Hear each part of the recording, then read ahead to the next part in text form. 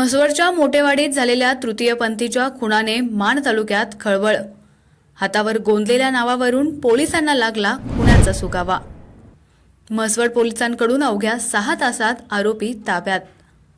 प्रेमसंबंधातून खून झाल्याची पोलिसांची प्राथमिक माहिती। पाहूया सविस्तर बातमी। म्हसवड पोलीस स्टेशनच्या हद्दीतील मोटेवाडी तालुका माण येथील तृतीयपंथी राशी उर्फ राहुल अजनाथ गुटुकडे वय वर्ष 25 याच्या खुनाप्रकरणी म्हसवड पोलिसांनी हातावर गोंदलेल्या नावाच्या आधारे अवघ्या 6 तासात आरोपीस ताब्यात घेतला आहे। याबाबत म्हसवड पोलिसांनी दिलेल्या प्राथमिक माहितीनुसार समाधान विलास चव्हाण राहणार दिवड असं खून करणाऱ्या संशयिताचं नाव आहे। मयत राशी आणि संशयित समाधान याचे बऱ्याच दिवसांपासून प्रेमसंबंध होते। यातून राशी याने मला तुझ्याशी लग्न करायचं आहे, तुझ्या घरी येऊन राहायचं आहे असा तगादा समाधानकडे लावला होता। मात्र समाधान हा विवाहित असल्यानं तो राशीची मागणी पूर्ण करू शकत नव्हता। बऱ्याच दिवसापासून चाललेल्या या प्रकाराला समाधान कंटाळला होता।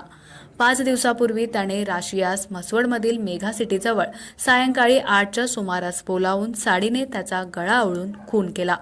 राशी मृत झाल्याची खात्री पटताच पुरावा नष्ट करण्याच्या उद्देशानं समाधाननं त्यास विहिरीजवळ नेऊन शेजारी पडलेल्या विद्युत वायरला भला मोठा दगड मृतदेहाला बांधून मृतदेह विहिरीत टाकला। काल मयत राशीचा मृतदेह फुगून विहिरीच्या पाण्यावर तरंगत होता।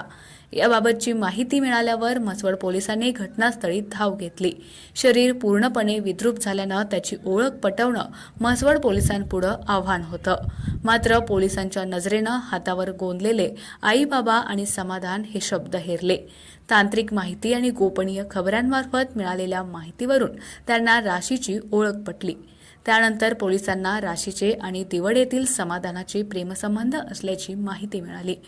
त्यानुसार पोलिसांनी संशयित समाधान यास दिवड येथील शेतातून ताब्यात घेतलं। मध्यरात्री आरोपी निष्पन्न करून त्यास सकाळी 9 वाजता पोलिसांनी ताब्यात घेतलं। याबाबत अधिक तपास सहाय्यक पोलीस निरीक्षक सखाराम बिराजदार करीत आहेत। आवाज न्यूजसाठी एकनाथ वाघमोडे, दैवडी।